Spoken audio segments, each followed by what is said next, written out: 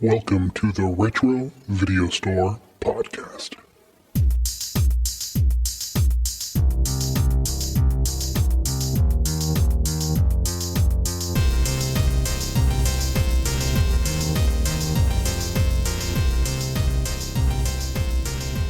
Welcome, everyone, to the Retro Video Store Podcast. I'm your host, Eric. Hi, Eric. And that's my co-host, Neil. I'm Neil. And who did not have to suffer through this movie this week?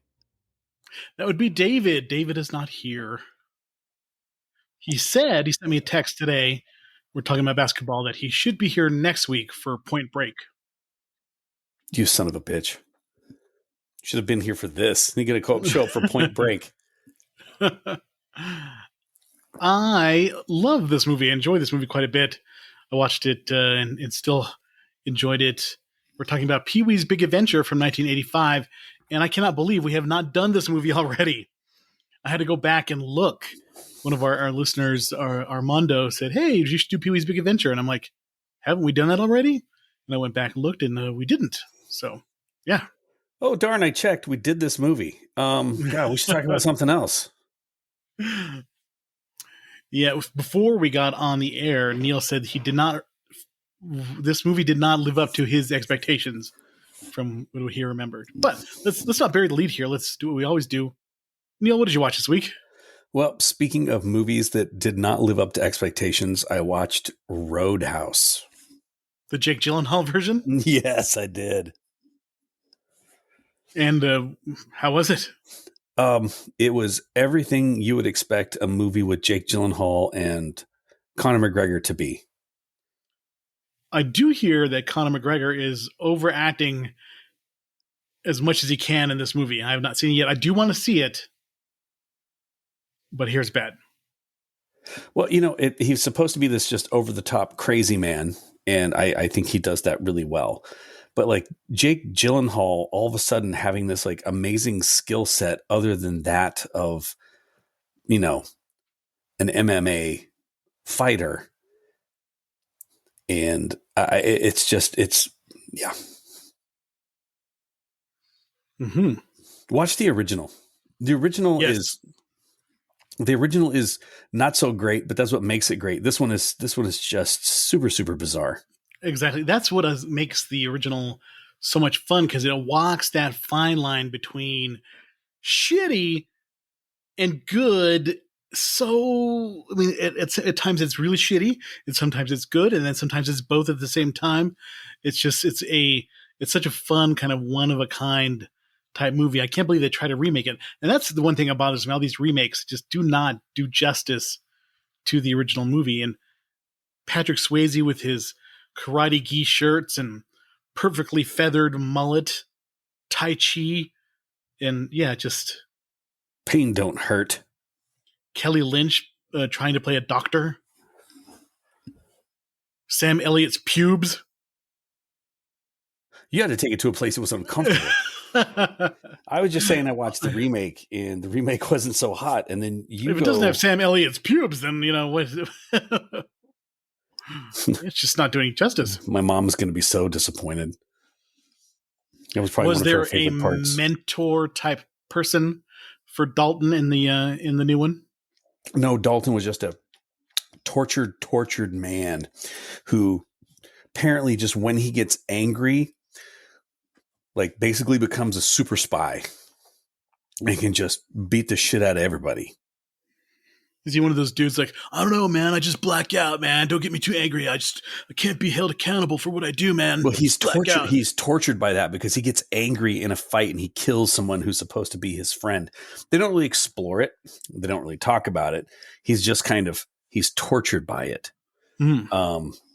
Yeah. There it is. Roadhouse. Right. Peter Griffin didn't kick anybody? I really wanted Peter Griffin because that's what my wife was doing the whole time we were watching it. My wife would just go, house, and I'd have to Roadhouse. It was probably the most entertaining thing about it. And just like the dumbest. I mean, we talked about Jackie Chan movies, how they have like this is their idea of what an American gang is going to be like, or like ruffians, writing like, motocross, motorcycles, you know, in the middle of a giant city with like multicolored mohawks and things like that. Yeah. This is the same thing, but people just starting bar fights for no freaking good reason. Just out of nowhere, like, man, it's been 5 seconds. We're going to have one guy stand up and try to start a bar fight in the middle of what looks like a beach resort sort of open bar in the Florida Keys. Mm. Yeah. And it's supposed Sounds to be like Jasper, Missouri. it's supposed to be like this little tiny island. They even say like, oh, well, it's a little tiny island. But apparently the number of people that come through there fresh every night looking for a fight that are like unbruised and unbroken, astronomical. Mm. Yeah, I do kind of want to see it just because it's getting such bad reviews. Kind of like I want to see Madam Web in a way because it sounds so bad. Yeah, I'm gonna wait for video for that one. Yeah, definitely. But I'm gonna go see Ghostbusters tomorrow, the new Ghostbusters flick. So I'll have that in my back pocket. I never even saw Afterlife, so I don't even know how to. I haven't seen that one, if it was good or not. We saw it. Yeah, I did see that one. Mm-hmm. Yeah, I have a little to no memory of it, which says how fantastic that must have been because we went and saw it in the theater. And then you just memory dump it as soon as you watch it. Yeah, I think like the ghost of Egon like does some stuff, and I don't know. We'll see. Please don't tell me you watched a making of for this movie. Please. Oh, I did, of course. God damn it. What was that, Neil? What did I watch this week? Yeah, I was just waiting to hear. That was why I asked. Oh, okay. You don't have to be a dick about it. I was just waiting for you. I didn't really watch anything because I worked a lot last week. I worked a lot of overtime, and I watched a lot of college basketball. What was that? What was that, Eric? Did you work overtime and watch college basketball? I did. And I watched this movie, and I enjoyed it, which led me down a rabbit hole of reading a lot about LA comedy during the late 70s and early 80s. This is like the whole wellspring of a lot of things I really, really like happened during this time period. This is the wellspring from which it flows. Exactly. There's so much stuff that was started during this time period that were kind of around Paul Rubens and with Paul Rubens and all this kind of stuff that still lingers in my psyche today. But I didn't really watch anything. But this week, I'm going to start watching some crap because I'm in this mood to watch a lot of crap, like Italian horror movies and cannibal movies and kung fu movies and other things. I feel like I need to jump back into the stuff that I really enjoy and let sports, since all the sports I usually watch are over for now until like September, I can really geek out and watch some nerdy stuff. So give some ideas on what other things we should watch and go with. But Pee-wee's Big Adventure from 1985. Do you want to read the Internet Movie Database tagline? Well, sorry, I'm just having such bile from this film come up. You know, I don't think it's a movie necessarily. I mean, the movie, yeah, okay, the movie so much, not so like, but all of the jackasses that we knew, like all the little weird skinny dudes that all turned into Pee Wee Herman that year, and that's all they did. That stupid ass laugh, and they would that became their personality in fucking 1984. Or hello, Neil. Yes. Oh my God. I can think of a couple of people we went to school with, but all right. When eccentric man-child Pee Wee Herman gets his beloved bike stolen in broad daylight, he sets out across the U.S. on the adventure of his life. Mm-hmm. But did he go across the U.S. or did he just kind of go diagonal across the U.S.? Yeah, he didn't really went from just down to Texas. Didn't really go across. Yeah, halfway maybe. Way to go, IMDb, for screwing that one up. Yeah, I don't know who. Again, we still need to figure out who writes these taglines. And how can they do better? They could ask us. Yeah. This is the first feature film of Tim Burton, who has done some amazing things and has done some mediocre things, but they all are Tim Burton-esque in their own ways. So I think Tim Burton all over this, his dirty fingerprints all over this movie. So let's written by Paul Reubens, Phil Hartman, and Michael Verhall. I included a little bit about the start of the Pee Wee Herman show from Wikipedia if you want to read that in your only way that you can read much better than I can. Using words. Here we go. Mm-hmm.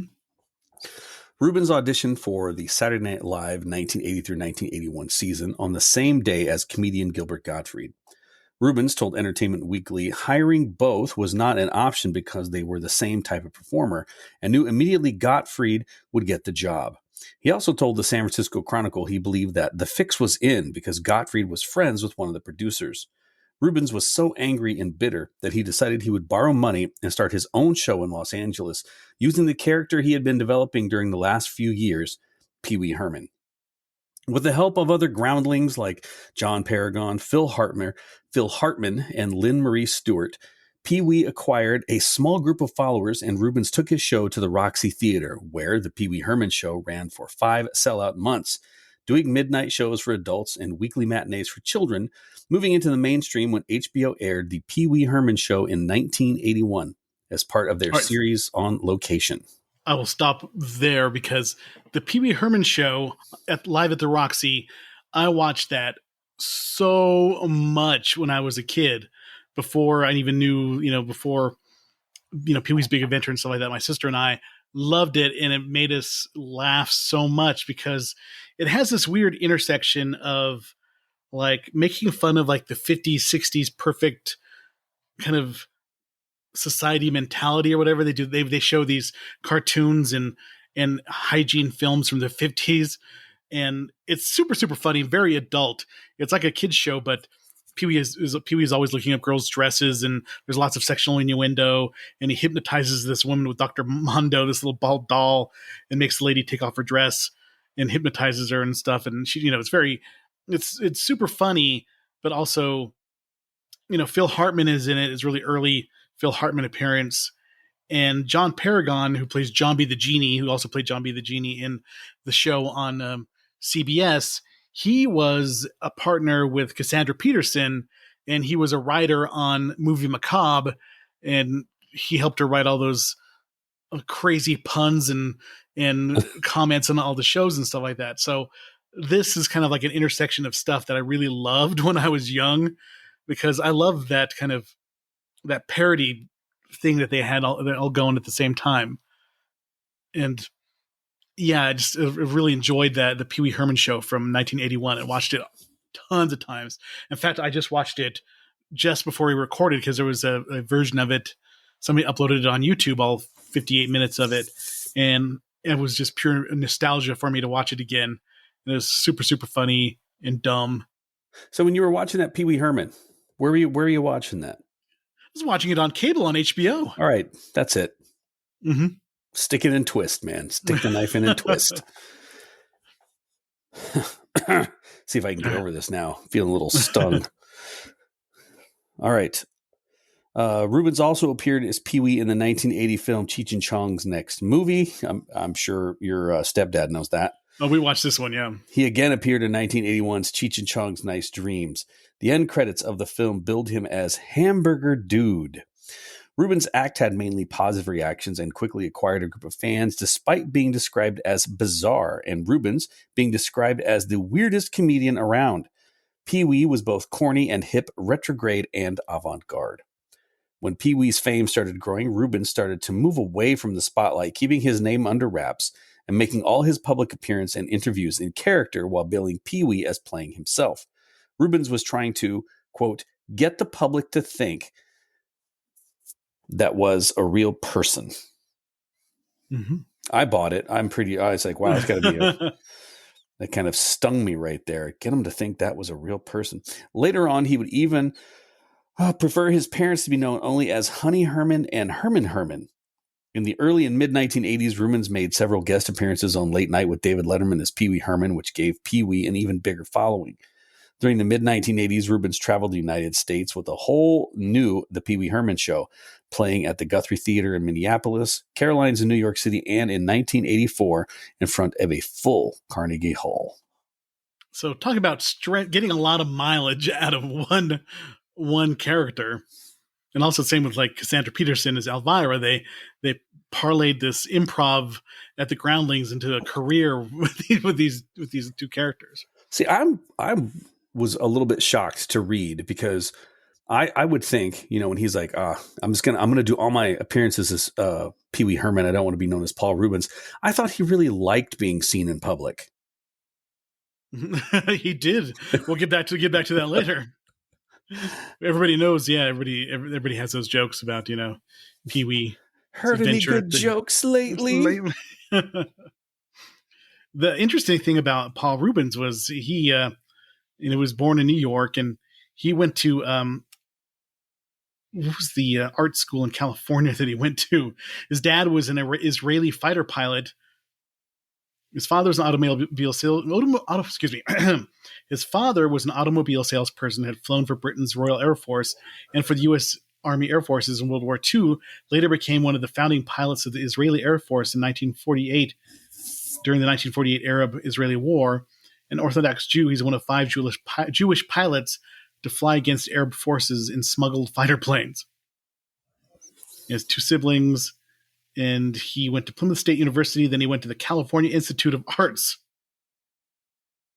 So I don't know about art schools, but that's it's kind of cool that he went there. And you can see that Pee Wee Herman Show and Tim Burton had the same kind of sort of aesthetic.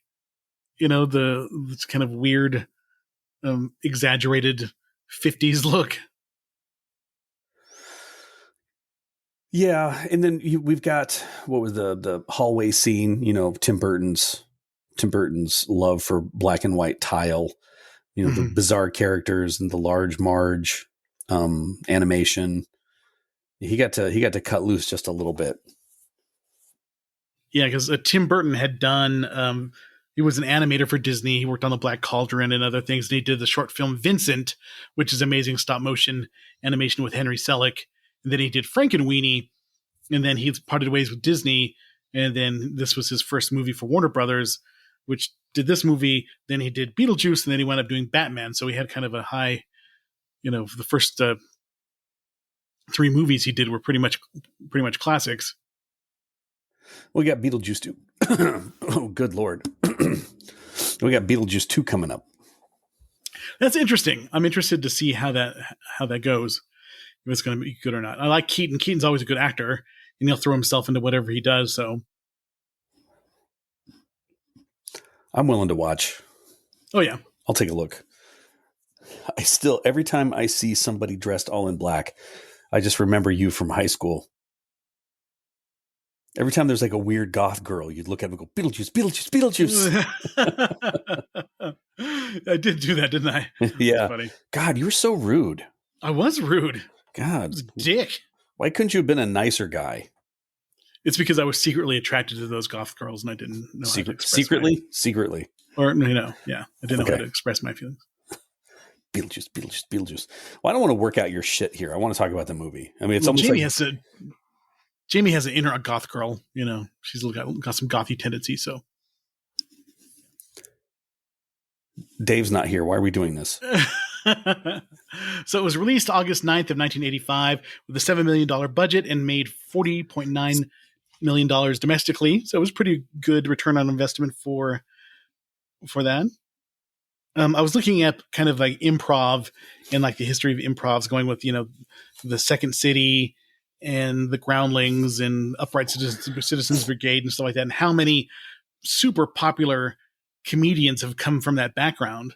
It's kind of amazing how that so many people have come from there. Such as just from the Groundlings, there was notable company alumni: John Lovitz, Jennifer Coolidge. She was the MILF in American Pie. Will Forte, Will Ferrell, lots of SNL people. Heidi Gardner, Anna Gasteyer, Phil Hartman, Cheryl Hines, Jan Hooks, Chris Kattan, Lisa Kudrow, John Paragon, Cassandra Peterson, Edie McClurg. I think he's a righteous dude. He's a righteous dude. Melissa McCarthy. Yeah, there's Maya Rudolph. So there's just a ton of Julia Sweeney, Kristen Wiig. Craig T. Nelson was the Groundling. That's interesting. Really? Dude, I'm all about the Phil Hartman. Yeah, and he Phil Hartman. Yeah, he was great in this, and he was so good in SNL. I subscribed to an Instagram feed, and it shows this person, whoever is in charge of it, finds so many classic SNL skits, and they've been putting up a lot of old Sprockets skits. And there's this one with Jason Priestley was really good in it, and they're doing Sprockets, and it was Love Works, and it was like the German dating game, and it was the contestants were this lady who works, a dominatrix who works at the Lego factory, his mother, another lady, and then what was her name? The Shemale, and it was Phil Hartman. He's I'll push you to the ground and give you some antifreeze poison you with antifreeze, and you'll wake up with a size 7 poop shoot or something. You know, it's just would not fly today, but it is so fucking funny. And I'll have to send you the link to it. It is so good. Please do. It's so funny. But yeah, that was super, super funny. My name is John Johnson, but everyone here calls me Vicky. Yeah, Phil Hartman was so good in whatever he did. And he was amazing on SNL. Amazing, of course, on The Simpsons. He did so many voices. Troy McClure. I'm Troy McClure. Lionel Hutz. Just, yeah, he was so good. He peaked with John Johnson for me. That short little bit forever burned into my memories. John Johnson. Now, this is something the other tour guides won't tell you. Oh, yeah, from So I Married an Axe Murderer. Particular cell block Machine Gun Kelly had what we in the prison system call a bitch. I do remember that, yeah. And one night in a jealous rage, Kelly took out a makeshift knife or shiv and cut out the bitch's eyes. And if this wasn't enough retribution for Kelly, the next day, he and 4 other inmates took turns pissing into the bitch's ocular cavities. This way to the cafeteria. Yeah, there were so many things that are funny that he did, and it's sad. Sadly, he died in a tragic situation. Yeah, it's a bummer when he got shot by his wife, of all people. Depressing. We've both been married for a while. I would not be surprised if either one of us ended at our wives' hands. I didn't really include the cast because it was a huge cast, but really it's Paul Reubens as Pee-wee. You know, and I do like Jan Hooks is the tour guide at the Alamo. Oh God, she was so good at that. Corn maze. Yeah, she's so good. Then E.G. Daily is Dottie, and Dottie was stacked. If you're paying attention, I had a hard time looking at her and not seeing a Rugrat. Yeah, I always remember her from dang it, the '80s movie with Nicolas Cage, Valley Girl. And she was the main character's friend in that one as well. We're gonna do some '80s movies here in May. We're gonna hit '80s high school movies, which is weird. We didn't watch a lot of movies in the '80s in high school. So strange. Do you want to hit us with the critical consensus? Pee-wee's Big Adventure received genuinely positive reviews on its release before eventually becoming a cult film. Rotten Tomatoes reports that 88% of 50 critics gave it positive reviews with an average rating of 7.8 of 10. The critical consensus reads, Pee-wee's Big Adventure brings Paul Reubens' famous character to the big screen intact, along with enough inspired silliness to dazzle children of all ages. By comparison, Metacritic calculated an average score of 47 from 14 reviews, indicating mixed or average reviews. 47 is kind of low. I guess I'm kind of a Metacritic kind of guy today. In a review for the Los Angeles Times, Michael Wilmington wrote, "The wrong crowd will find these antics infantile and offensive. The right one will have a howling good time." David Anson of Newsweek described the film as Mattel surrealism, a Toy Story Fantasia in primary colors and 50s decor. Whoever proposed teaming up Pee-wee with 26-year-old director Tim Burton knew what they were doing. Together, they've conspired to make a true original, a live-action cartoon brash enough to appeal to little kids, and yet so knee-deep in irony that its faux naivete looks as chic as the latest retro fashions. Variety compared Paul Rubens to Charlie Chaplin and Buster Keaton. Here we go. Roger Ebert of Chicago Sun-Times did not review Pee-wee's Big Adventure upon its original release in 1987. The film topped his guilty pleasures list, saying he was impressed by how innocent, how playful, and how truly eccentric the film was, and how the film created a whole fairy tale universe, comparable to Alice in Wonderland or Lord of the Rings. You shut your whore mouth, Roger. That's stretching, Roger. Yeah. Ebert also mentioned Big Adventure in his review of Big Top Pee-wee, explaining how moving away from the zany weirdness of the first Pee Wee Herman film led to a sequel that was not as magical. A more negative assessment came from Gene Siskel, who was once again the only one spitting truth about a film, who gave Pee-wee's Big Adventure a rare 0-star rating in his print review, writing that he had enjoyed Herman's guest spots on Late Night with David Letterman, but obviously Pee-wee is tolerable only in Pee-wee doses. You have to be a lot funnier on the big screen than on the tube to sustain a feature-length story. Siskel included the film in his unranked year-end list of the worst movies of 1985. Vincent Canby of the New York Times, a well-known curmudgeon, was also negative, writing that apart from a couple of scenes, it was the most barren comedy I've seen in years, maybe ever. Wow. Burton was offered the opportunity to direct the sequel Big Top Pee-wee, but was not interested and was already working on his own pet project, Beetlejuice. Positive reviews for Beetlejuice and the financial success of Pee-wee's Big Adventure prompted Warner Brothers to hire Burton to direct Batman. Reviewing the film for its 2000 DVD release, Stephanie Zacharek of Salon.com explained, everything about Pee-wee's Big Adventure, from its toy box colors to its superb hyper-animated Danny Elfman score to the butch waxed hairdo and wooden puppet walk of its star and Mastermind, is a pure pleasure. In a retrospect review in 2005, Christopher Null gave positive feedback, calling it Burton's strangest film.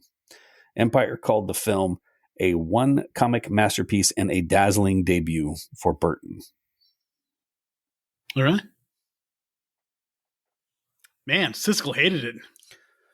You know, you can't fault the guy. Siskel always seemed to be such a prude, though. Even Roger was a little bit more loose when it came to movies. Siskel was always such a ninny about everything. A ninny. Well, Valley of the Dolls, that's all I'm going to say. Every time he's like, I have a valid opinion about movies. You wrote Beyond the Valley of the Dolls. Yep. Not Valley of the Dolls, Beyond the Valley of the Dolls, which is was a total exploitation film from the 60s. So we had a Valley for Dolls.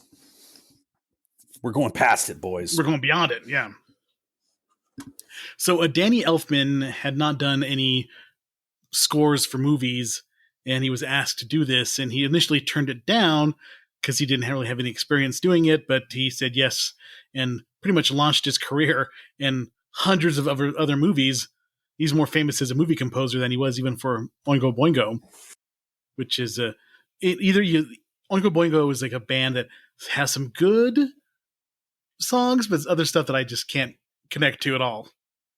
You know, honestly, if it had not been for Back to School, the name Oingo Boingo would have never been in like my head ever. Mm-hmm.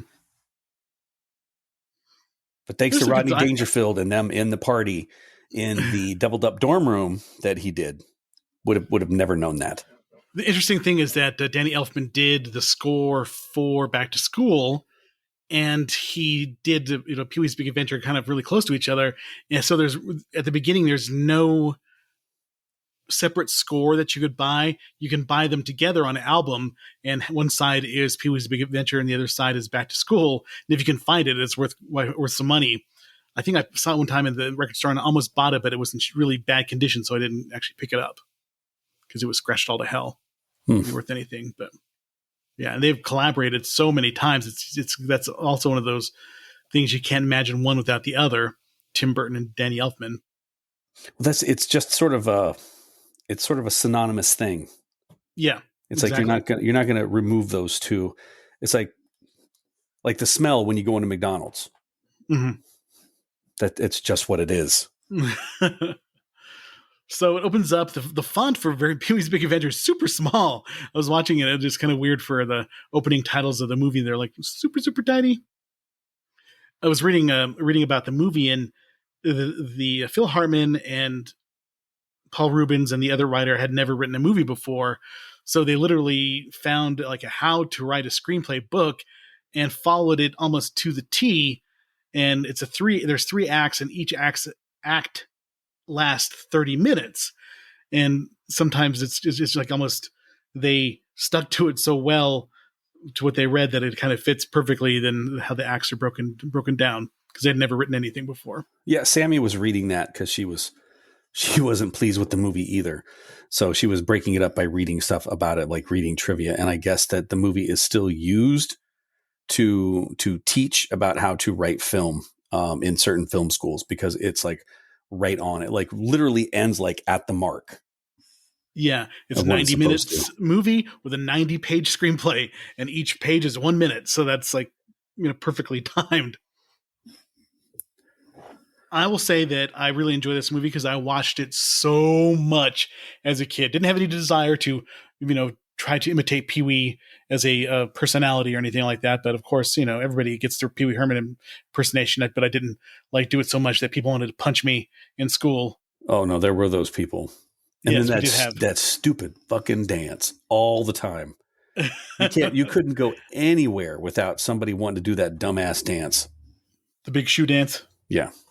Mm-hmm. Okay. All right. Let's talk about the big shoe dance. I don't care. We're jumping all over the place. Mm-hmm. That, I don't know why, but the pre-big shoe dance was the funniest part of the movie to me. He walks up to the guy and whispers to him, and then he reaches down to take off his shoe and then just like drops in height. That shit was so funny. I can't explain why that part was as entertaining to me as it was, but it was pretty damn good. One thing that I always enjoyed, I was 12 when this movie came out, but his house and his toys and stuff, I was always just like jealous, because that was like the perfect thing. If you were a kid and you lived alone, but you seem to have like all this money and the ability to decorate the house how you want to. He has like the gigantic Godzilla heads in his room. There's a cool Godzilla mask. He's got the Shogun Wears Godzilla. He's got Godzilla stuff all over his room. It's weird you focus on that when there were so many other things. I know but all sorts of stuff that he had is cool. The fireman's pole to slide down from your room into the kitchen. I'm going to say, as a grown-up, I don't necessarily want a fireman's pole. There might be another type of pole I wouldn't mind having in my house, but the fireman's pole, not the one I would look for. Just everything he had was cool. The aquarium window that he had, and just the Rube Goldberg breakfast machine was always cool to me. I just thought that was just the first 10 minutes of the movie are like my favorite part of the movie. It starts to drag a little bit once he gets to Texas or whatever. It kind of drags for me, but the first part I just think I've seen over and over and over and over again, because what did we record it on? We had it on VHS, but we recorded it off of HBO.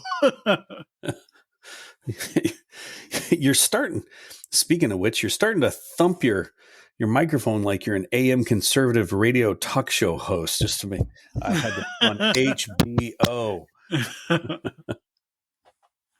Well, I was thinking about this a little bit today. Some of those core movies that you watch on HBO when you're a kid, or that you would videotape or rent, we must have watched La Bamba 200 times.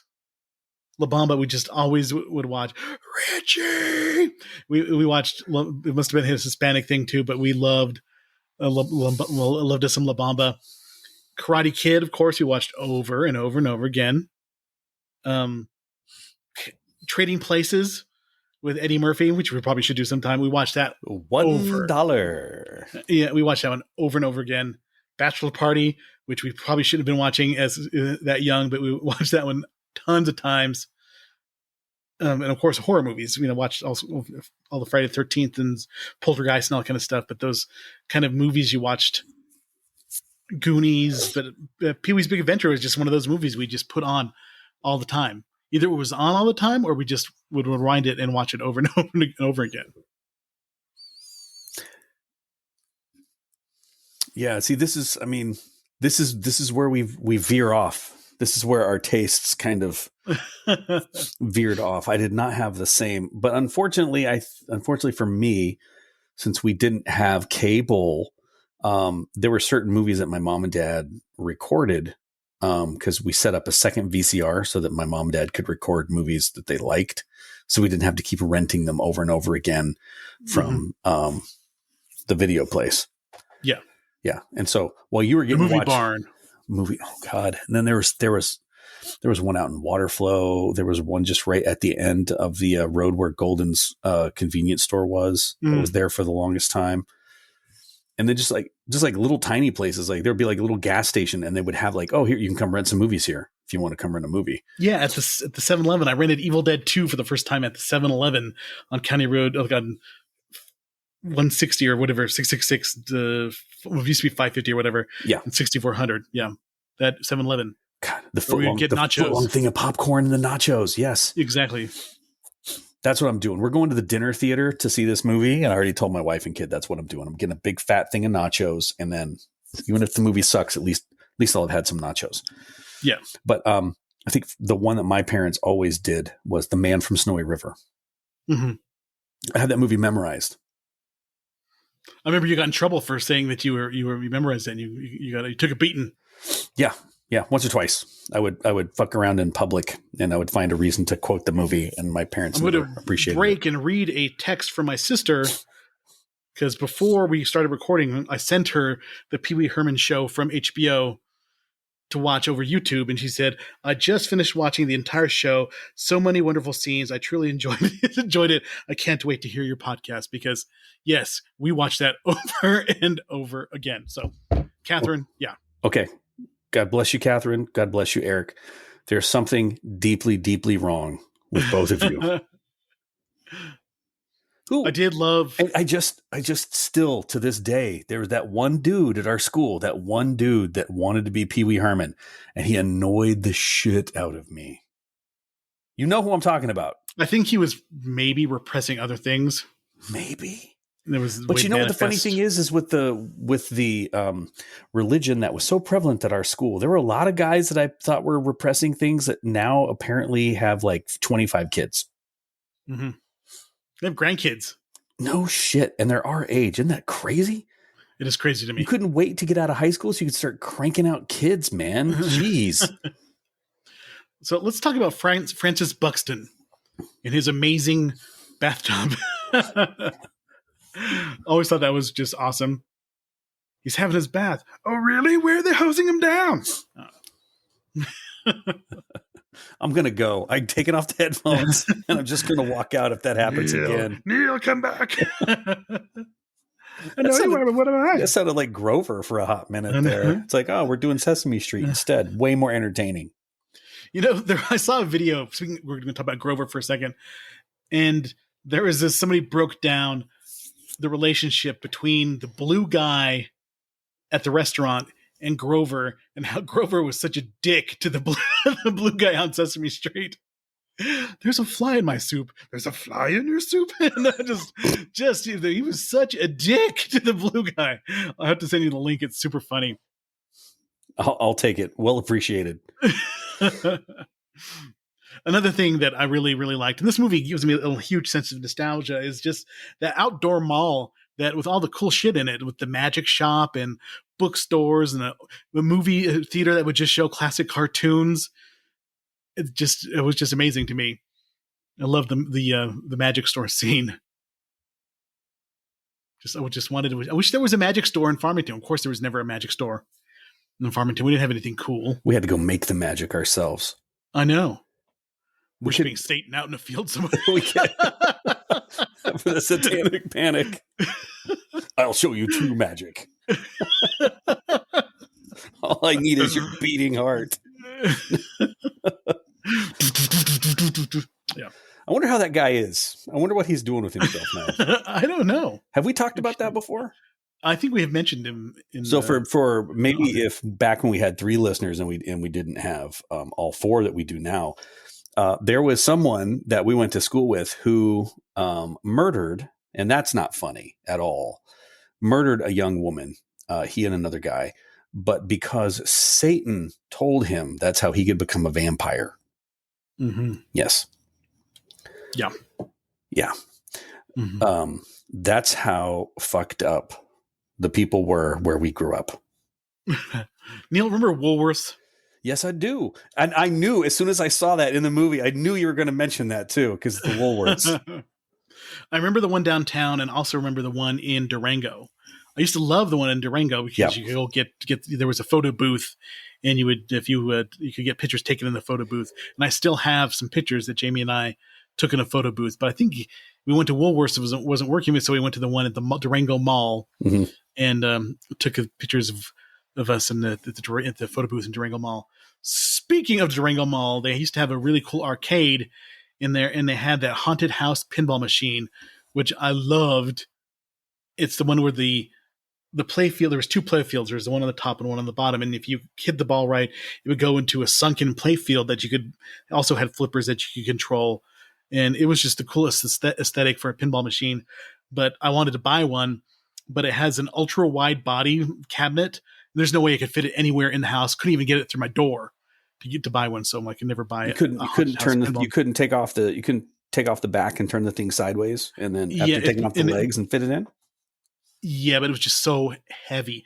A regular normal pinball machine is like 250 pounds. That one is like pushing over 300. Okay. What is the point of us having healthy young sons if they're not lifting weights and can't help us carry heavy shit? Yeah. I see your kid in the background. He needs to step up his game. Start hitting the weights. There was the Superman pinball machine had a wide body. There's another one that was the same playfield as the haunted house, and there was that Aliens Atari Space Invaders pinball machine, but it had a complete Aliens ripoff back glass. Just Google Space Invaders pinball machine and see how Atari owes H.R. Giger some money. But I remember Big Cheese Pizza in Farmington had this pinball machine, and it used to scare me when I was a little kid to go play video games in there because of that back glass. Oh, well, I will be damned. I'm looking at that. That is 100%. Except he's got more of like a Cro-Magnon kind of thing in his eye ridges right there. And that's Bally Space Invaders. Yeah, but it was is it Bally's? Because I thought it was made by Atari or something. No, it's got Bally Space Invaders right up on there. Mm-hmm. Interesting. I was wrong. I stand corrected. Yeah, direct your hate where it belongs, man. But that was also a cool one. If I were to win the lottery, which I didn't this week, I would get one of those. I know, son of a bitch. You know what I did win? I won $4. Not even close to what I was hoping for that. Mm-hmm. And like I've said, man, once I win, you're hooked up. You don't got shit to worry about. You'll be fine. I do love. You hear that, universe? I'm giving and kind and willing to help my friends. Do you hear me, universe? Okay. I like when Pee-wee has all his friends in his basement and they're doing a briefing on the missing bike. And he's like, do you have something to add? Or you have something to share with the room, Amazing Larry? And the Amazing Larry just looks like an amazing guy. You never see him anymore, but it's just funny that he has a friend named Amazing Larry. I love the, I don't know, what would you call what Francis wore? These leisure suit type things. Yeah, it's like a zip up. One piece. Yeah. Mm-hmm. Yeah. Leisure suit. His dad wore one with an ascot, and then Francis had that one. Bucks ton. And you know it was the 80s because there had to be the quips, the comeback quips. Mm-hmm. Like, what is I don't make monkeys, I just train them. What was the shit that he said? Yeah, I don't make monkeys, I just train them. The the base. They had to go. The fortune teller tells him that this bike's at the basement in the Alamo. So he sets on the quest, and you didn't like the road sign gag where he's driving in the dark and the road signs just get more and more scary and elaborate, and he's like he's staring all over the place. It's a sight. It's a gag because it's just a dark room. Yes, well, I thank you for explaining why it was a gag. I appreciate that because I would never got that. Okay, so the one where the guy takes his shoes off, obviously very funny. The next bit that I actually did find funny was, the eyes in the dark. Yeah, the animated eyes. Yeah. And when he turns it on, there's like all these dumbass looking like stuffed animals and like maybe one real one in the background. And then he screams. And then of course, it fades right off back to black and it starts something else fresh. Almost like they just like they'd read a book on how to write a screenplay. Let's talk about Large Marge, though. That is the one scene that everybody, I think, can agree on is fucking awesome. That scene scared a generation of kids. And, of course, made me just laugh and watch it over and over again. I would rewind that one back and forth over and over again because it was so freaky when you first see it, but then you just love it because it's so funny. And it's based on Phantom 309, a song by Red Sovine, the guy who did the Christmas Shoes song. It's a good trucker song. No, don't know it. But if that truck was clean, it was because of Formula 409. Mm-hmm. That's as far as I can go. That's as far as I can go with 09 stuff. I'm trying. I'm doing all I can. It was the worst accident I have ever seen. Like a garbage truck being pushed off the Empire State Building. Yeah, that was an interesting way to put it. That's I just love Large Marge. It's like Large Marge sent me, and then it was her ghost. Classic. Loved it. Still love it. I'm so happy for you. I'm glad that you have that in your life. Well, it just reminds me of an older time where there was roadside attractions when you would drive, and then there was a Stuckey's every 30 miles. Dude, pecan logs. Oh, see, that reminds me. All right, so my mom and dad have moved into a place where it's not like a home. It's more like a bunch of townhouses where. There's people there that can help them out if they need it, since their health isn't so great. And my dad is like, you know what, we've got this car. I want to get rid of it. I just want to lease something nice for your mom. I really don't want this car anymore. So he's going to give it to Joe. The car's got like 12,000 miles on it. So he's going to be 15. By the time he's 15 and a half, he'll be ready for his learner's permit. And I figured that'll give him something that he can practice driving and we'll take it back and forth to work. Not a problem. And I'm thinking to myself, this will be a great thing. We'll fly out to Oklahoma and we will road trip and we will go by and check out all the kind of stuff. We get on I-40 and I'm like looking for Stuckey's. I'm like looking for interesting things. There's just not much there. Now, and that's the sad thing. There's not giant dinosaurs on the side of the road or the world's biggest ball of twine like Clark Griswold was talking about, You kind of miss that. And yeah, it's just not the same anymore. Now there's the Buc-ee's, those Texas gigantic, huge Walmart sized truck stops. They opened one in just north of Denver and it's like people are like doing a pilgrimage to go see it because it's so crazy. There's a couple on the way. And I forget who does them. There's a couple on the way when we drive out here from the Bay Area out to New Mexico. I love them. Because they've got like the questionable hot dogs just kind of rolling around. Oh, yeah. And you're like, what would be better if I'm going to be sitting in a car, not moving, if I just load my body with salt? What's the worst that could happen to my extremities? Let's test that and see. There is on the way from Colorado Springs to Albuquerque, there is a truck stop near Las Vegas, New Mexico. Mm-hmm. And it is just kind of out on its own, but they have homemade or like, movie theater popcorn. They just pop and you just get a plastic bag and you fill it in there. So I get a Diet Mountain Dew and a bag of super, super salty popcorn and eat it while I'm driving and get popcorn all over the seat and on the floorboard. It's amazing. That's what you're supposed to do. Really, I think all there was there for the longest time was remember that 7-Eleven in Cuba, New Mexico?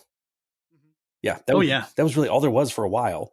And then you knew when you saw those big weird teepees, that was like, okay, this is going to be my only chance to pee, where I'm not going to have to like watch for headlights. And that's the fun thing, because I was trying to teach my kid, like, look, dude, where we live, there's not a lot of cars going on, so you could get out and pee. You just got to look. You just got to look and make sure there's no headlights going, because you don't want them to come over and, you know, smash you. Yeah. I'm very Caucasian, so I know I'd be ultra reflective. So going back to the movie, one part that really makes me laugh. Tried to take us off. When he's sitting in the boxcar with the hobo, and the boxcar singing Jimmy Crack Corn over and over again, it drives him crazy. He has to jump off the boxcar. That always just fucking kills me. He throws himself out of the boxcar rather than be in that situation. Man, I can only imagine what it would feel like to be in a situation like that. I don't know the actor's name, but that dude, he kills in Adam Sandler movies. Yeah. He was in like the Wedding Singer. He's like, I used to be a lot stronger. When he punches Glenn. Yeah. So he lands exactly in San Antonio. He takes the Alamo tour, and Jan Hooks, who was a Groundlings and SNL alumni, she researched and improvised her entire dialogue as the tour guide at the Alamo, and she nails it. Adobe. Every time in my mind for the rest of my life, every time I see Adobe, I go, Adobe. And tortillas. Yes. Do we have any Mexican Americans with us today? All right. Now that you've said that was all improvised, I have a great respect for that scene. Yeah.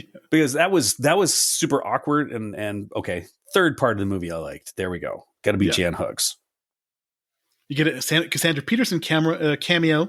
Cassandra Peterson cameo as she's the biker babe is in the Satan's Helpers. Why don't you let me have a shot at him or whatever she says. Yeah, my wife noted that she thought she was very attractive when she wasn't Elvira. Mm-hmm. And I said when she's Elvira, I don't believe I've even noticed her face. I have an Elvira mouse pad that Jamie got me from the Elvira store. I remember when you got it. You showed me the pictures. That's pretty good. I have a autographed picture from Elvira next to my Elvira pinball machine next to my life-size coffin stand-up of Elvira next to that pinball machine. How much alone time do you get a week? I don't get any alone time a week. Always these are work. Just waiting to hear. Can I hear? That's Jamie snoring. Okay, that's Andrew snoring. It's time for Daddy's Elvira time. I enjoy me some Elvira. She was a very impressionable youth. My life was changed. She graduated high school here in Colorado Springs, Palmer High School. Mm-hmm. So I do love the Warner Brothers chase scene because it's got a Milton Berle cameo, a Twisted Sister cameo, Godzilla sets. And so we got Godzilla sets, but what else do we have when he's walking around, when he's talking to people? What else do we have? There's all sorts of like the dude's wearing the armor from Krull. Yes, and the guy's got the high voice. Yeah, I think that yeah. And that guy who is the guy with the high voice is John Paragon. Mm. And then, here's a funny thing. They're thinking to themselves, God, if we give that guy the really high voice, what could we do to make that even funnier? I bet if we gave a woman who typically would have a high voice, if we made her voice really low pitched, comedy gold, guys. Comedy gold. Yes. I do enjoy me some Twisted Sister. That album, Stay Hungry, it still slaps, man. It's still good. You just said slaps. I love it. It's straight up a banger. It's got The Price, which is their ballad, which is pretty good. Don't Let Me Down is pretty good. Stay Hungry is good. The other ones, We're Not Going to Take It. You're going to burn in hell. Burn in Hell is a good song too. Yes. I was one of those cassettes I first bought on my own. After Iron Maiden's Peace of Mind, I got Twisted Sister, Stay Hungry, and I listened to it over and over again. Oh, speaking of when I was talking Burn in Hell, I was thinking about like actual good music from bands that I really like. The dude who gave the recommendation about the music, about the about Curb Stomp, that has led to a whole, when I'm searching, looking around for music, that has led to a whole huge like algorithm thing of all of this wonderful music that I never knew existed out there. So dude, if you're listening, I think it was listener Ryan. Was it listener Ryan who recommended that? like, I'm sure it was. As long as your name's not Pee Wee, bro, it's all good. Ryan, bless your heart. And that was how I found that symphonic concert that I sent you. Yeah. Did you watch it? I did. And what'd you think? It was pretty cool. Not exactly my genre of music, but it was pretty cool with the symphony and the guys. That was pretty heavy. I really like heavy music, but I just hate Cookie Monster vocalists. You know, I don't like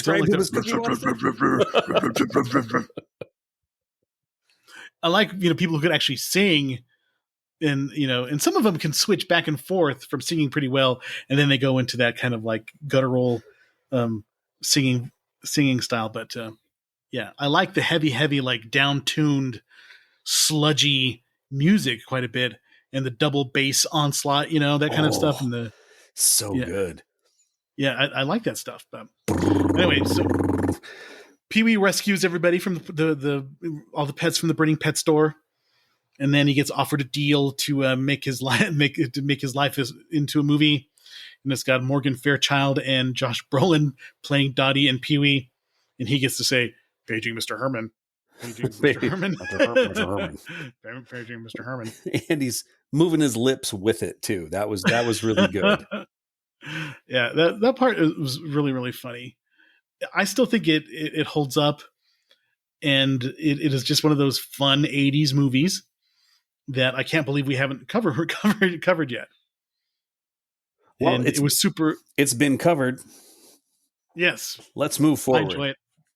Neil didn't enjoy it so much, but I still did, and I'd still get that nostalgic feeling from it. Next week, we're going to head. Dude, this movie is like, you know that Italian cake, especially around the holidays, panettone, however you say it. Mm-hmm. It's like a fruit cake, right? Mm-hmm. Okay. As a whole, I don't like it. Okay. But in a pinch, if I'm given a slice, I can pick out enough cake and leave all the shitty fruit bits, okay, that I can enjoy it. And that's what this movie is for me. It's like a few like little nuggets, but as a whole, didn't quite enjoy it as much as you did. I don't think I have the same sort of nostalgia for it. Yeah, I think it's just it really was a big movie for us as kids and watched it over and over again. But let's talk about 1985, the year in movies at the box office. Back to the Future was number 1, and we have done the episode of that. Beverly Hills Cop, which I barely remember. That's a movie that was popular, but I don't remember anything except for the banana in the tailpipe. I ain't gonna fall for no banana in my tailpipe. I didn't even watch the new one. I'd thought about it, but it's like, meh. Eddie Murphy hasn't made a really funny movie in a while. I just didn't want to waste the time. Yeah. Rambo First Blood Part 2, which we have not done yet. We've done First Blood, which is a really good movie. First Blood Part 2 we have not done. And they quit being good. Although I have heard that the new one that he did was actually okay. Yeah. Well, one that's Part 4 is supposed to be super, super bloody and over the top. I heard that one is pretty good. Speaking of Part 4, it's Rocky 4, which we're going to be doing pretty soon, since we have done Rocky 3 and Over the Top recently. So we got to do Rocky 4. Cocoon, I remember watching that a lot as a kid, but don't remember anything about it except for old people are doing it. Oh, see, I think we were actually looking, my wife and I were talking about this year of movies, and I know you were as well, but I think Wilford Brimley in that was not that old. He was like 54. He's the same age that Paul Rudd is now. Yeah. You know what ages, during The Thing, he was like 5 years younger. Do you know what ages you like that? Diabetes. Or was it oatmeal or diabetes? Witness, The Goonies. Witness is good. Police Academy 2, their first assignment. I used to love me some Police Academy 2. I thought it was so damn funny. It's when Bobcat Goldthwait's character becomes a police officer, and there's a lot more white Michael Winslow and stuff like that. I bet you I could not sit through 5 minutes of it now because it would just drive me crazy, but I freaking loved it. And I just remember that they go to this hibachi restaurant, and the guy's got a goldfish bowl that his brother gave him, and the goldfish are boiling on the hibachi, and just so stupid. But I must have watched that 1,000 times. I think the problem is we watch movies like this probably sober. I think that might be the problem. Yeah. I have not seen A View to Kill in a long time. European Vacation, one of the lesser vacations. I remember seeing that quite a bit. Breakfast Club, we did an episode on. Pee-wee's Big Adventure, E.T., The Jagged Edge. Pale Rider, you skipped Pale Rider. Oh, Pale Rider, yep. Commando. I lied. Oh, Amadeus. See, I could surprise to me that Amadeus came out in 85. For some reason, I felt like it came out earlier, like 82 or something like that. But it's a really good movie. It's one of my favorites. It's really good. Prizzi's Honor, The Last Dragon. That one I haven't seen. Everything else we've looked at on this list, I have seen except for Prizzi's Honor. Last Dragon's got to be sometime this summer. Fright Night, Weird Science, we've done an episode on. Friday the 13th, New Beginning, of course, we've done. Boom, Lady Hawk 47. Yeah. Porky's Revenge. Ugh. Mickey and Maude. What was that one? Was that Dudley Moore movie? A Nightmare on Elm Street. Invasion USA, which we've done. Hell yes. Starman. That's a good John Carpenter movie. When Yellow Drive Very Fast. Return of the Living Dead, of course, it's one of the amazing movies. Real Genius, that's a good one. I watched quite a bit. Cat's Eye, Vision Quest, I watched that one a lot. Dune, Life Force, Just One of the Guys we'll be doing in May. Crush Groove, American Ninja. Man, 85 is pretty good. You know what? I want to go all the way down to the bottom. A Nightmare on Elm Street 2, Freddy's Revenge, Red Sonja. Colonel Redl, 191, only made $2,357. Oh my God. Jim Cotta, Avenging Angel, Kiss of the Spider Woman, Rainbow Bright and the Star Stealer, Godzilla 85, woohoo! Fraternity Vacation, Star Chaser, The Legend of Orin, Rappin'. Dude, Brazil did not do well that year. Yeah, that's definitely a cult classic. I wonder if it came out the year. Well, went out December 18th, so maybe it made more money in 86 than it did in 85 because it was released so late. Night of the Comet, Private Resort, Supergirl, ugh. Yeah, lots of good movies in 85. That was when I was 12, so my parents at that time just decided to not give a shit what we watched anymore. So it was R-rated movies all the time. All care was gone. Yeah, all care was gone. It was just a good time to have cable. This would be me just nodding. Mm-hmm. Yeah. So next week, we're going to go to Keanu Reeves and Patrick Swayze in Point Break. I am an FBI agent. And Gary Busey being Gary Busey. I love the references to Point Break in Hot Fuzz. Mm-hmm. So good. Yeah, that's pretty funny. And I still quote Gary Busey from that movie all the time. I'm so hungry I can eat the ass end out of a dead rhino. It's classic. So check that out. And we appreciate you listening this week. And as always, if you want to hit us up, rvspodcast222@gmail.com. We are on Threads. We are on Instagram. And we are on the Facebook. And buymeacoffee.com if you would feel so kind to donate to the cause. We appreciate you. David will be back next week. For Point Break. All right. Did they redo Point Break? They did a couple years ago. Yeah. Missed that one too, darn it. Wait till remake month happens in June. Don't do that to me. That's my birthday. I did add the Omen remake already for June because that one's actually not bad. The one with Liev Schreiber and Julia Stiles. Have you seen the other ones are still TBD. Have you seen the advertisement for like the first Omen or what the new movie? Yeah. Horror nerds are saying it's actually really, really good, but it didn't really open up very well at the box office. Speaking of horror nerds, Late Night with the Devil should be coming on Shudder at the end of this month, so I'm looking forward to see that. I'm looking forward to that as well. There is though a horror movie, and I don't know the name of it, where these people go in to rescue this kidnapped little girl, but the kidnapped little girl turns out to be a vampire, and she has them trapped in the house because she wants to play with her food. Isn't it like Madeline or it's a girl's name? Or April or something like this? Abigail or something, or Annabelle. Annabelle. No, Annabelle's the doll. Yeah.